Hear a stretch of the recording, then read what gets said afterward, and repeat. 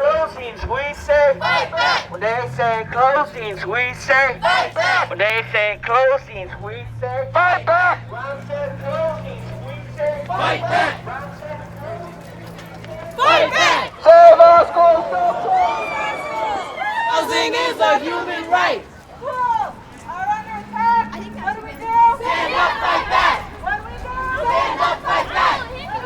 Stand up, fight back. Housing is under attack. What do we do? Stand up, fight back. What do we do? Stand up, fight back. What do we do? Stand up, fight back. The reason why we're stopping here is that people have got to realize that there's a link and there's been a movement to move working people and low-income people out of this neighborhood. When Truman College, just picture this, there used to be 1,600 units of housing here between this side and that side. It was all working people, low-income people, it was all people working together. The reason why we can still fight for these schools and fight for this community is because we've been fighting over the years, all of us, to keep housing affordable, to keep schools open. If you look across the street here, you see 1124, the Wilson Men's Hotel. This great alderman that has not raised a peep about the fact that 2 of the public schools in his area are closing, he had a great idea. His idea was, let's shut this building down. Why? Because it is housing of last resort for working people, for low-income people. Him and another alderman tried to specifically pass an ordinance specifically aimed at shutting this one down and shutting another one down. But because so many people responded to that, both here in Uptown and around the city, the mayor or someone basically told them back off. So what does that mean? It means that we can win victories. It means we're going to keep on fighting till schools open, to keep schools open. Thank you. Let's keep on marching. Save our neighborhood, save our school. Save our neighborhood, save our school. Save our neighborhood, save our school. Save our neighborhood, save our school. Save our neighborhood, save our school. Save our neighborhood, save our school. Save our neighborhood, save our school. Save our neighborhood, save our school. This is another building that was bought by the Flats, J. Michael. There used to be 160 apartments. There used to be about 350 working people, low-income people, and also people with disabilities. The Flats and J. Michael, they've declared war on the community. Basically, what they're trying to do is to buy up as many buildings as they can, along with other owners like BJB. We have people who are working in a building now, the Astor up in Rogers Park. People that used to live in this building, right, were placed up there, right? They said, oh, we'll find you a place, we'll find you a place. They found them a place. Now BJB bought that building, and they're moving those people out. Just let's think about this, right? I guarantee you that as soon as the Flats people saw that Stewart School was on the list of possible school closings, I guarantee you that J. Michael or someone picked up the phone and said, hey, Ram, I got a good deal for you, Ram. I see you're thinking about closing this Stewart School. You close this school, we'll buy the school. Can't you just see the ads right now? Vintage apartments in a vintage building. Hardwood floors, right? Hardwood floors, fireplaces.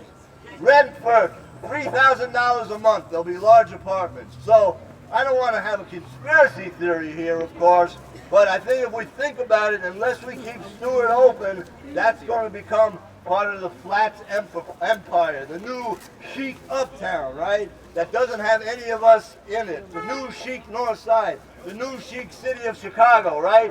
They wonder why there's, quote, underutilization, which we know is a lie also. Well, could it have something to do with the fact that they closed all the public housing? There's now 150,000 less people living in the city than there was 10 years ago. Maybe there's a plan afoot here, and maybe all of us working together with people around the city can stop that. Let's keep on marching. Who's street? Our street. Who's street? Our street. Who's street? Our street. Who's fight? Our fight. Who's fight? Our fight. This building is the Hull House, okay? It was the Hull House. This has been here for many years. This has now been bought by a private developer who plans. This was the home of the Black Ensemble. It was the home of Pegasus players. Many years ago, we did Saturday morning gatherings here for the community. Here's what the deal is. There's a private developer that's bought this and now is planning to turn it into about 20 units of high-income housing.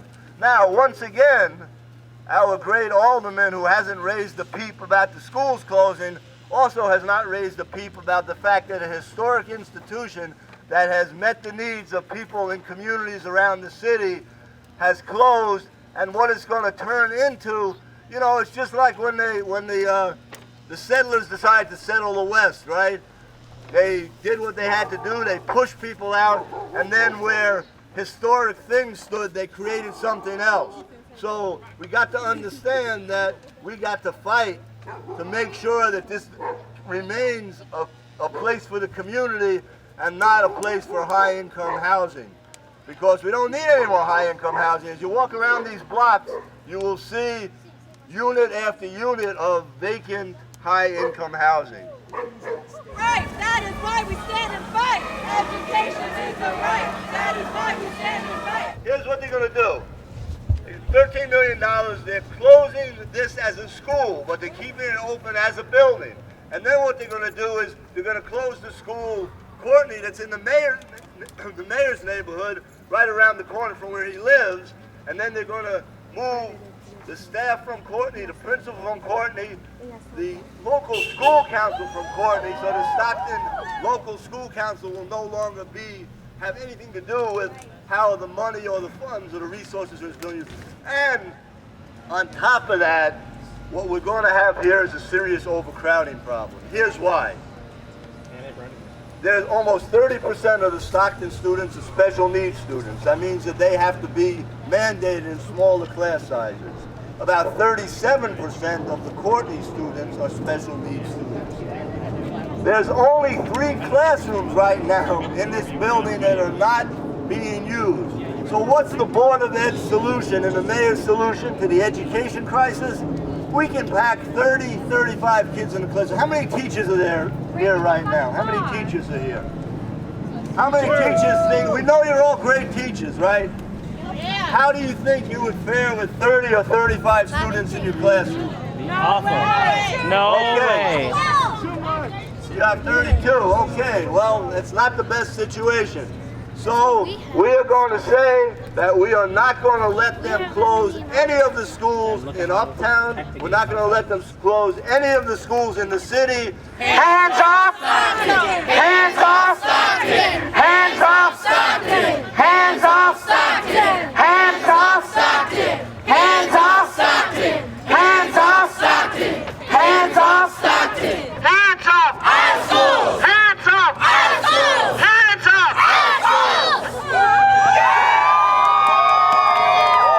off! Our schools! Hands off our schools! Hands off our schools! Hands off our schools! Hands off our schools! Hands off our schools! Hands off our schools! Hands off our schools! Hands off our schools! When Uptown is under attack, what do we do? Stand up, fight back! When Uptown is under attack, what do we do? Stand up, fight back!